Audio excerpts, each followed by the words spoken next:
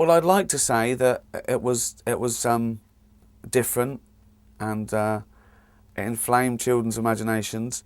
But the honest truth is, the success of it was due to it was written by the bloke off the telly. You know, I didn't write it after. I wrote it years ago, but you know, the fact that it got a publishing deal and sold 1 million was certainly due to my profile and celebrity. Firstly, but then it's whether it sticks around or not, and you know, catches on, which hopefully it's done. The film's in development with a guy who did the guys who did the Simpsons movie. So it seems to be getting into the common consciousness a little bit, which is fun. But that was a labour of love. You know, I invented those creatures 25 years ago to make my nephew laugh, and I've always explored nature. It's my first love, science and nature, and so there's a few themes going on there. Obviously, I'm deconstructing evolution, and the thing about the natural world and the animal kingdom is that there's nothing stranger than real animals.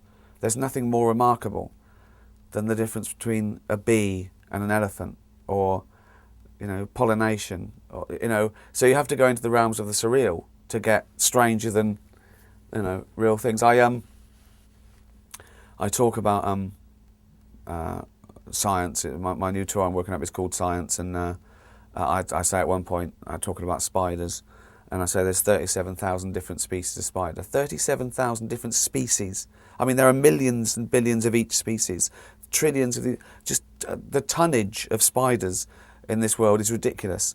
And I say that's just one class of arthropod, and I go, which makes me think that this book isn't completely accurate. And I bring up a children's book of Noah, and I start reading it and deconstructing, you know, Noah's Ark.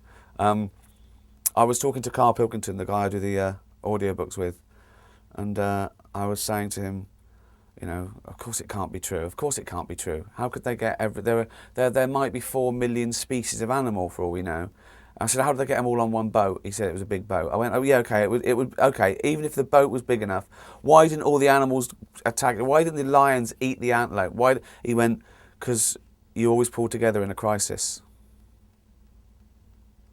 The man's a fool.